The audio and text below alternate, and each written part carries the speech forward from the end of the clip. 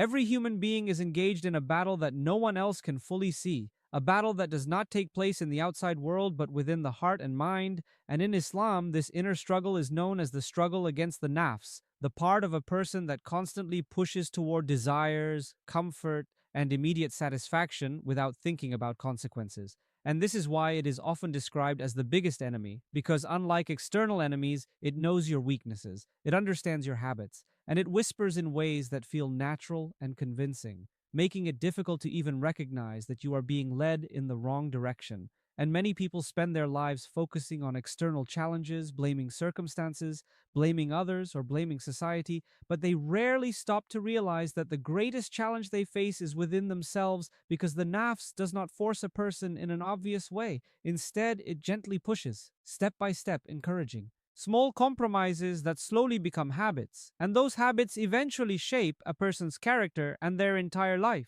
And this is why understanding the nafs is so important, because once a person becomes aware of how it operates, they can begin to take control rather than being controlled. And the nafs often begins by making harmful actions seem harmless. It tells a person that something is not a big deal, that everyone is doing it, that it will not have any real consequences. And these thoughts may seem small, but they are powerful because they lower a person's guard and make it easier to take the first step towards something they would normally avoid.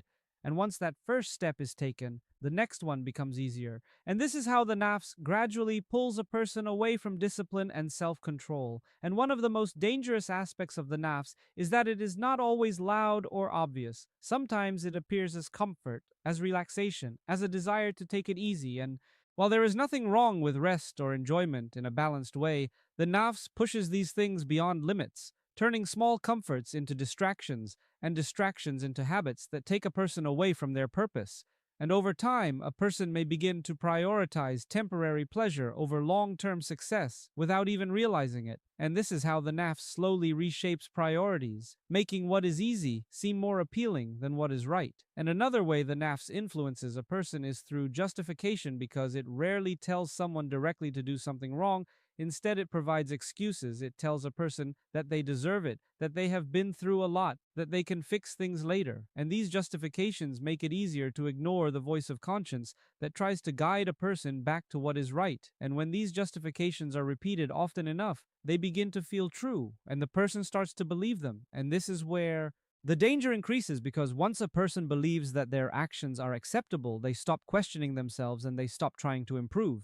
And this leads to a state where the nafs has greater control over decisions and behavior, and at this point even reminders or advice may not have a strong effect, because the person has become comfortable in their habits. And this is why self-awareness is so important, because it allows a person to step back and reflect on their actions and intentions, to question whether they are being guided by discipline or by desire, and to recognize when the nafs is influencing their choices. And this awareness creates an opportunity for change, because once a person sees the problem clearly, they can begin to take steps to correct it.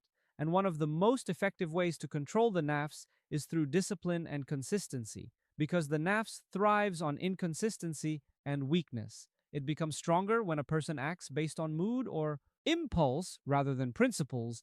But when a person develops consistent habits, such as regular prayer, reflection, and productive routines, they create a structure that limits the influence of the nafs and strengthens their ability to make better choices.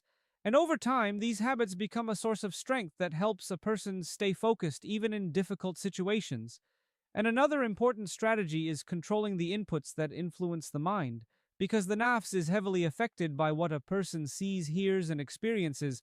Constant exposure to negative or tempting content can feed the nafs and make it more active, while positive and beneficial influences can weaken its hold and support a person's efforts to improve. And this is why being mindful of one's environment is essential, because it directly affects the internal struggle, and choosing good company is also a powerful way to manage the nafs, because the people around you can either strengthen your discipline or weaken it. Being around individuals who value growth and responsibility can inspire you to stay on the right path, while negative influences can normalize harmful behavior and make it harder to resist temptation. And another important aspect of controlling the nafs is learning to delay gratification, because the nafs seeks immediate pleasure without considering long-term consequences.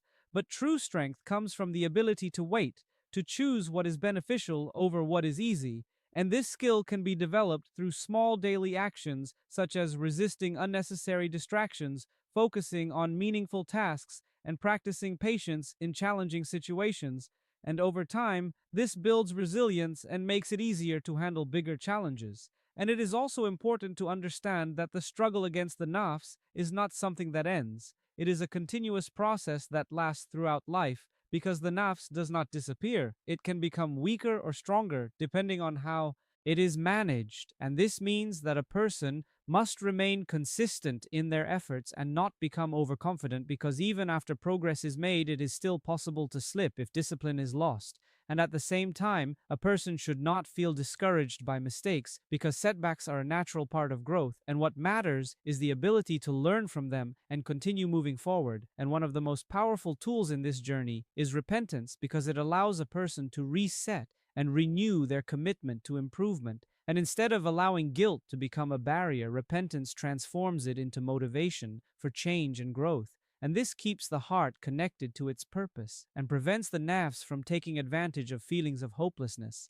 And ultimately, the battle against the nafs is what shapes a person's character and defines their path because every decision made in this struggle either strengthens discipline or strengthens desire. And over time, these choices determine the direction of a person's life. And when a person learns to control their nafs, they gain control over their actions, their habits, and their future. They develop clarity, confidence, and inner peace because they are no longer driven by impulses but guided by purpose and values. And this is the true success because it leads to a balanced life where desires are managed rather than followed blindly, and where discipline becomes a source of freedom rather than restriction. And this understanding changes the way a person approaches life because they no longer see self control as something difficult or limiting, but as something empowering that allows them to become the best version of themselves and to live with intention and awareness. And in the end, the greatest victory is not over others, but over oneself, because conquering the nafs is what leads to lasting success, both in this life and beyond.